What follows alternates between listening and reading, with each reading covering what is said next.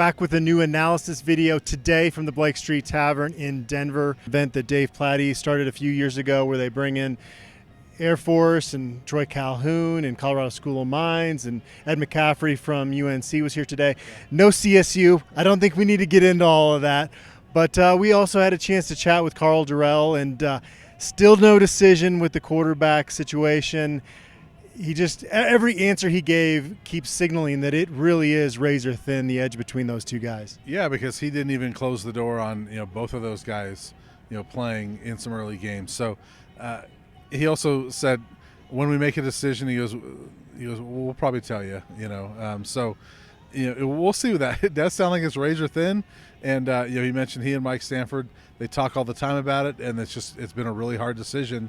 And that the one thing he's mentioned it before, is that makes it tough is that he truly believes that everyone on offense is fully behind either one, and I think that could be a determining factor if guys aren't confident behind one player or the other, but that they truly, in his mind, are behind both those guys, JT Strout and Brendan Lewis. So that makes it more difficult. And it's a delicate balance too. You don't want whoever goes out there for the first snap against TCU to think that the second they make a mistake, they're getting pulled, and then you start playing musical chairs at the position. So I don't envy the position those guys are in. I think we've both been pretty consistent all along that we feel like JT Strout probably gives this team its best chance to win. And that's no offense to the strides that Brendan Lewis has made. It's just that JT Strout has really good arm talent. I mean, Steven Montez had great arm talent, but I mean, in my time covering CU, JT Strout makes some throws that you just don't see the other guys I've covered do. Yeah, and frankly, it's throws that we haven't seen since probably Steven Montez, right? And Steven made some great throws, and JT makes great throws, and that's the thing. People haven't seen it in games yet, but when we've been able to watch practice, we've seen that, right? Going back to spring of last year, we've seen it in the scrimmages. He makes throws that not every quarterback can make, and frankly, he's made throws that I haven't seen Brendan Lewis make. And there's qualities Brendan Lewis has that JT doesn't have. That's what makes this so difficult. Brendan obviously has the running element and maybe that more escapability than JT does. That's what makes it difficult. And I don't know where to go. Like I've been sort of on the JT side as far as my prediction. Not that I'm rooting for one way or another, but that's my prediction. It's been that. But I don't know where they go. And you've got Sonny Dykes down there in Fort Worth saying that they're going to play three quarterbacks, and some people have been trying to interpret that. Does that mean that he thinks there's going to be such a blowout that they get the third string in, or are they genuinely going to trot out three quarterbacks? I'd imagine that's probably not going to happen, right? Yeah, I would imagine that doesn't happen, but if they're truly that unsettled at quarterback, maybe they do that. But, I would guess he's not referring to, I think it's going to be a blowout and we're going to play a bunch of guys. All right, and some news from today. Defensive lineman Janaz Jordan no longer in the team for violation of team rules. A guy that they were expecting to be a heavy rotation player on that defensive line, a guy that had been around, had experience, and I heard coming out of spring ball had the highest draft grade on the team. So definitely not good attrition, and all of a sudden your defensive line rotation got a little bit younger. Yeah, it did. That's an experienced guy, a guy with some starting experience, more so from 2020, but he was a veteran rotational guy. And, you look at, I think Jalen Sami and Naeem Rodman are your clear top two as far as defensive tackle. I would have put Janaz at number 3, that next guy in. So now that becomes maybe Justin Jackson. Some of those, he's not a young guy, but he has not very experienced. So you got a lot less experience there now. I think from an experience standpoint, that's a tough one to lose. But, it sounds like there was, maybe some things going on off the field and some issues that maybe it's not. Karl Dorrell's mentioned some of those guys that have left in the offseason that, it's not necessarily a bad thing. It sounds like this may be in that same realm. Yeah, Karl Dorrell has not taken shots at any specific players that left the program via the transfer portal, but today at CU's Media Day event, he did talk about, you can kind of tell he's getting frustrated with the perception that because those guys left, Colorado football is dead in the water and they have no chance this year. And he's like, look, I like the guys in our program now better. Now, they got to go out there and prove it, and we'll see what happens here in 9 days. But isn't that kind of the feeling you got, that he's just kind of like, you know what, we have some pretty good players in this program, and we're better off now than we were a year ago, and maybe a little bit of frustration with just the perception out there. Yeah, I think what he actually said, he said that, but I think his comment today was, I don't think we'd be this good right now if we had all those guys back. And when you hear that, it's like, whoa, okay, that's a shot at the whole group, obviously, but and not individual players. But I think more so than a shot at those guys, I think it's a jolt of confidence he's giving in what he's got here, and that he believes in what he has. And that's one thing. You expect this in the offseason, I guess, but I don't know if you've seen it, but I just see some real conviction behind his voice, the way he has been with that narrative that I like these young players. I think they're really good. I think we're a lot better than people think. And, you expect that, like I said, but I think he's been pretty defiant about that, and I think he truly believes that there's some really good young talent here.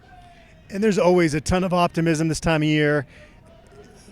Just the attitude of Carl Durrell, the coaching staff in general, and the players has been more upbeat. It's pretty clear that they're having more fun this preseason. Again, I don't know what that translates into in terms of wins and losses, but every year there's hooting and hollering in practice, but every single guy is talking, even unprompted, about how much more fun they're having now. I would imagine you've had a similar experience with your interviews. Yeah, for sure. And, so many of these guys glow about their coaches right now. And, from McGagan to Sanford to Chapman, and all these guys are glowing about the coaches that they have, and they're excited about it. And I think that the building is just a looser building right now, and not that it's lackadaisical or anything, but just kind of there's a bit of an exhale and like, all right, let's just go have fun and play. And they enjoy coming to work maybe more so than they have the last couple of years. We had a chance to talk with Gerald Chapman and Mark Smith, defensive line coach and the inside linebackers coach. I really enjoy Mark Smith's personality. I mean, the guy loses his house, and talking with the guys in his group is he never once put his head down and always had a positive outlook. And you can just see that's a guy that I want to play for if I was playing football.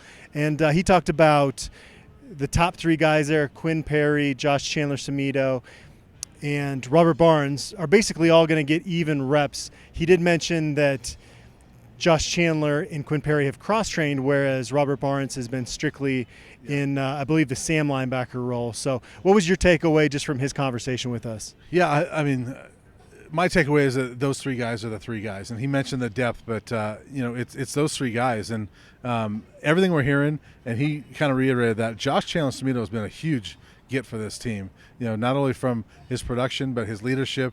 And Quinn Perry sounds like he's had a really, really good offseason and has taken that next step. To me, when I listen to Mark Smith and when I listen to people I've heard, I'm a lot more confident in that linebacker group than I would have been in the spring. I think that group is pretty good, and they have a lot of young talent that they may not have to use a whole lot. I mean, tradition around here shows that if guys are healthy, they don't go too deep in that linebacker rotation, and so I think they're going to be able to let some of those guys learn and grow a little bit. And all three of those guys, those veterans, will be gone next year, so they'll kind of let those guys grow this year. Well, it kind of shows you where CU's program's been in recent years, because that's the type of depth that really good programs have that CU just doesn't have. And so all of a sudden when you have a Josh Chandler and a Quinn Perry, you're going, gosh, what do you do there? It's like It's almost perplexing in terms of how you handle that. And that's where ultimately you'd like to get to at most positions as a CU football program, right? They haven't been there lately. He did also mention that Marvin Ham is expected back at practice on Thursday. In terms of Gerald Chapman, I thought that it was a lot of coach speak with us, but knowing that Chris Wilson's going to be up in the booth as a defensive coordinator and just being around practice a little bit this preseason, it's clear that Gerald Chapman is kind of the emotional leader for that defense in terms of his sideline presence. Well, we saw it in that scrimmage on Saturday, right? That you could hear his voice up in the press box, getting on those guys, and they clearly weren't happy, but he was kind of leading that thing the other day. He's that bulldog on the sidelines that's going to get that group going, and they like him a lot, and so I think they'll listen to him based on everything we've heard. And you want that fiery guy on the sidelines, and I don't think Chris Wilson is that. Chris Wilson, we talk about the quarterbacks with different qualities. Chris Wilson has other good qualities. I don't think he's that fiery, yell at guys type of coach. But Gerald Chapman could be, and I think that team needs it. All right, I'm really glad there's a football game coming up pretty soon because it's been, almost 8 months now of talking. And, yeah, I'm ready for some football. What about you? Yeah, I'm ready. We got probably a couple more of these to do before we actually have a football game. But it is, let's see, what is it, Wednesday? We got 9 days for a football game, and so I'm ready. All right, well, thanks to the Blake Street Tavern for hosting this event. Got some great prime rib, mashed potatoes, Caesar salad, the whole deal. Chris Fuselier runs a great establishment down here in Denver. And we'll, like you said, we'll be back. The opener's coming soon, but we'll have some more analysis before they kick off the season.